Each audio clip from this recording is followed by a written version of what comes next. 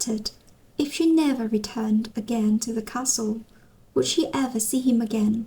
What would he think of her when he came to visit, and she was no longer there? After Snow White cleaned up the living room, she climbed a ladder to the attic. Upstairs, 7 little beds sized as if 4 children were lined up in a row. Tired from cleaning, Snow White yawned and lay directly across all 7 beds. Before she could even stretch out her arms, she was fast asleep.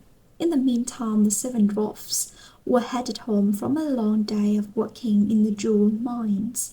When they opened their door, you can imagine their surprise when they saw their cottage glistening. "What kind of magic is it?" said one of the dwarfs, rubbing his eyes in disbelief. He was grumpy. "I wouldn't mind more magic like this," said another dwarf with a grin. He was dopey. "We would be better check the attic," said another dwarf. His name was Doc. "Something is strange around here. Take my word for it. Well, we might as well go upstairs and see what we find."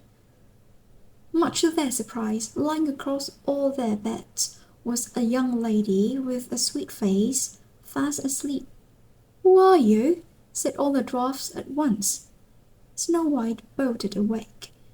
The 7 dwarfs could tell she was as surprised as they were.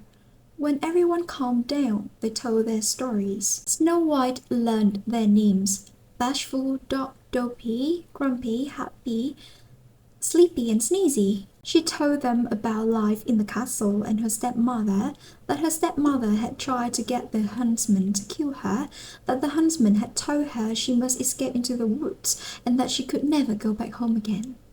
"Stay here with us," said Bashful. "How nice of you," said Snow White, "but if I were to stay here, I would have to do something for you all." "You're already cleaned up," said Sneezy, then sneezed. "It looks like there's more dusting to do," said Snow White. "We could keep the house tidy as long as everyone pitches in."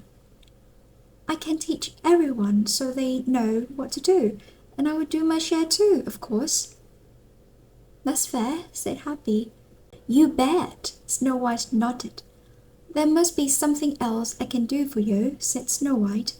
The 7 dwarfs shocked. "Do you know how to read?" said Dog. "We have books with wonderful pictures and would love to be able to read them."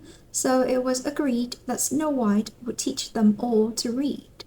To celebrate their new friendship, Snow White and the 7 dwarfs sang and danced the night away.